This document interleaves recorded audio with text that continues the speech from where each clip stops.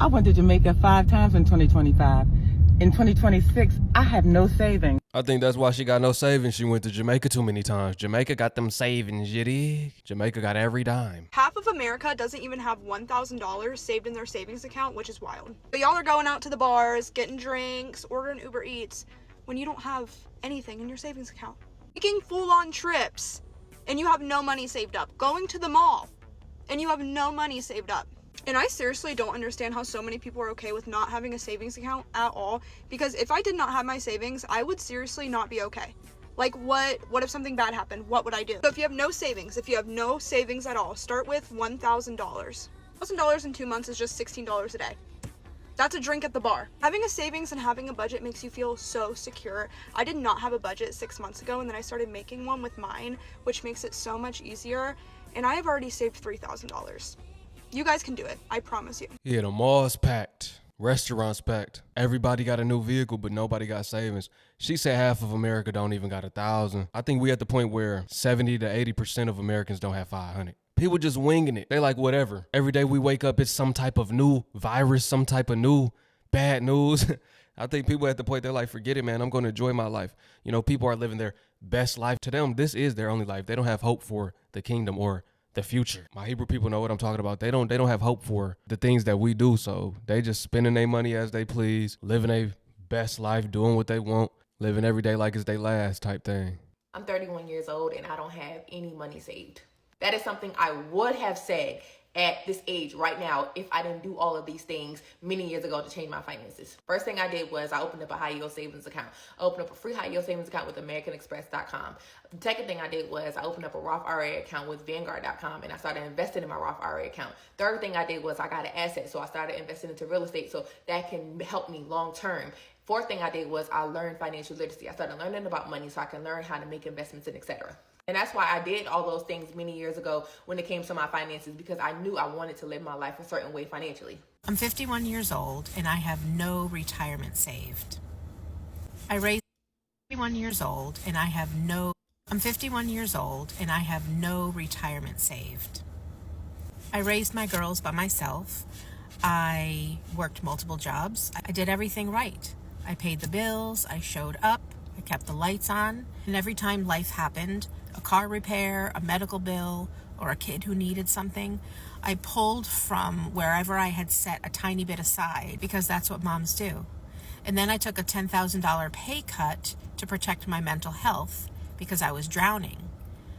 And somehow I ended up $10,000 in debt. Tell me how we can work this hard for decades, do everything we were told to do, and still end up near retirement with nothing waiting for us. And for a minute, I was embarrassed. What if people think I failed? What if they think I should have planned better? What if I'm too old to start something new? Hey, look, you can't, that's one thing I hate to hear. You can't really worry about what other people think about you, your life, and decisions that you made. That's not their business. That's not their, they shouldn't have an input on the way that you live. Most people don't have it figured out. They shouldn't be commenting on anybody else's life. Everybody's made mistakes. It's never too late. As long as you're still alive, you got an opportunity to thrive. That's the motto. And then this is what I realized. The system didn't raise my girls. I did. The opinions didn't pay my bills. I did. And nobody's coming to fund my retirement. So if I'm going to build one, it's going to be me. If you're a Gen X mom sitting there thinking that you've worked all these years and feeling like you're very behind, you're not alone and you're not behind and you're just getting started. We're not too old and we're not washed up. We are not going into retirement broke because we're too scared to try something different. If we could raise humans on survival mode, then we can learn a new skill. And this time, we're building something for us. That's right. That's what I always tell on this channel. Build something for you. Do something for you, right? Something that's fulfilling. That way you don't feel that void. That way you don't live life with regret. That way you're not on your deathbed like, man, I should have did this, or if I would have did this, And it's never too late. Never, ever. Life ain't a race either. It's not a race. You can never be behind because everything works on the Most High's timing. It's going to happen for you when it's meant to. You can never be behind. Take that out of your vocabulary. Stop comparing your life to everybody else's life. There's no such thing as being behind. You are right on time. I wish they taught you financial literacy in school and just how to save. I don't have, and it's so embarrassing, but I genuinely do not have a credit union account. And I'm 23 years of age. I have no savings, and like, it definitely is the worst characteristic about me. And no one has ever taught me how to save. You don't learn it in school. Like, I didn't do business. Maybe you learn it in business or accounting. But I went to the credit union today for the third time to try and open an account. And why is it so difficult? Why is it so difficult? Because they were asking me for a payslip, proof of my PPS, whatever. And the lady said that I couldn't use it unless it was within a month. I don't even get paid through payslips. And like, I pay tax, but I just don't even get payslips. And I tried to like print off a revenue thing in it. They wouldn't accept it either. And I was just like, what?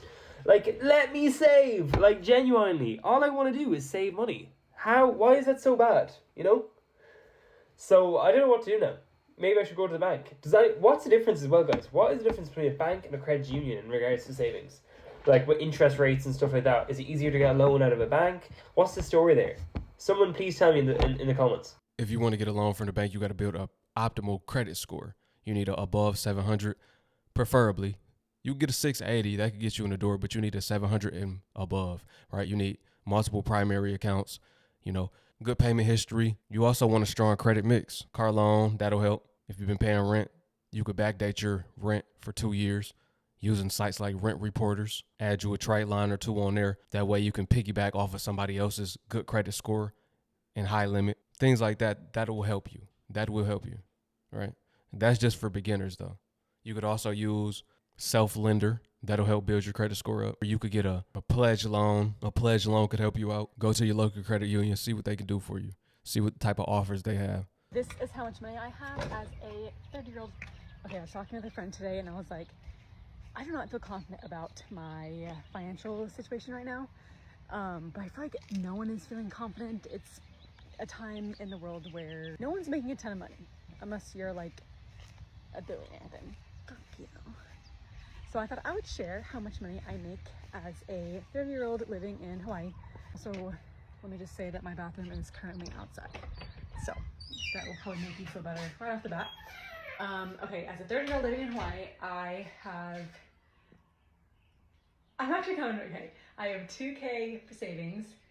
I don't have anything in my spending, but that is because I don't keep anything in my spending because I have a fear of being, I was about to say robbed, fear of being, what's it called? Whatever it means when they take your money out of the scam, I don't know, whatever.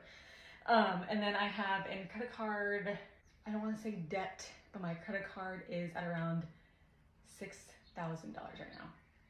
If you're around the same age, I want to hear what your financial situation is like. Are we in the same boat? Am I off of money? Tell me.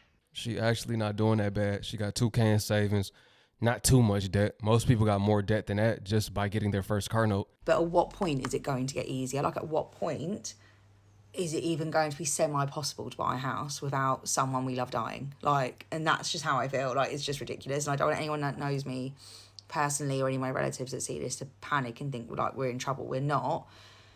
I'm just at the end of my tether with it all, and I feel so much deep shame that I'm 34.